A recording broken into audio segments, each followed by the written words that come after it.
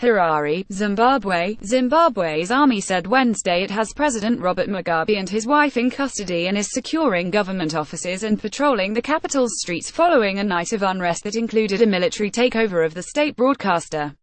The night's action triggered speculation of a coup, but the military's supporters praised it as a bloodless correction.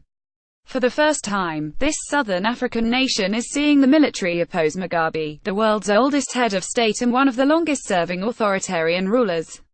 Mugabe has been in power since Zimbabwe's independence from white minority rule in 1980. Armed soldiers in armored personnel carriers stationed themselves at key points in Harare, while Zimbabweans formed long lines at banks in order to draw the limited cash available, a routine chore in the country's ongoing financial crisis. People looked at their phones to read about the army takeover and others went to work at shops. In an address to the nation after taking control of the Zimbabwe Broadcasting Corporation, Major General Sibusiso Moyo said early Wednesday the military is targeting criminals around Mugabe, and sought to reassure the country that order will be restored.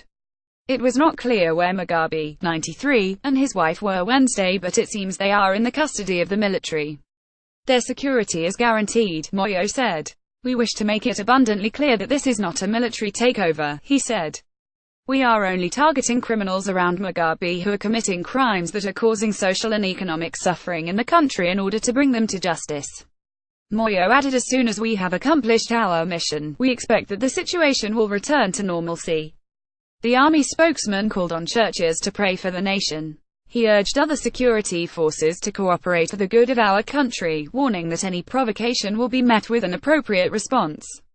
All troops were ordered to return to barracks immediately, with all leave cancelled, said Moyo.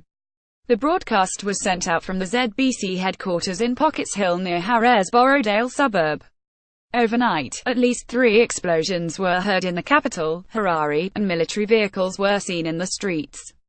The military actions appear to put the army in control of the country. Army Commander Constantino Chiwenga had threatened on Monday to step in to calm political tensions. Mugabe's ruling ZANU-PF party responded by accusing the general of treasonable conduct. But now Chiwenga appears to be in control.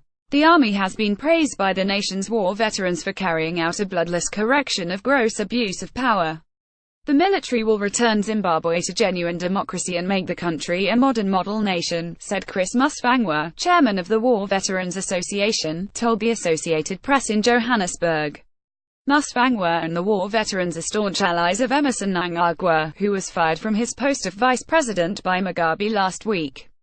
Mnangagwa fled Zimbabwe last week but said he would return to lead the country.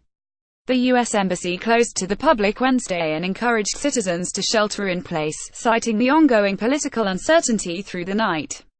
The British Embassy issued a similar warning, citing reports of unusual military activity. For the first time, this southern African nation is seeing an open rift between the military and Mugabe, the world's oldest head of state who has ruled since independence from white minority rule in 1980. The military has been a key pillar of his power.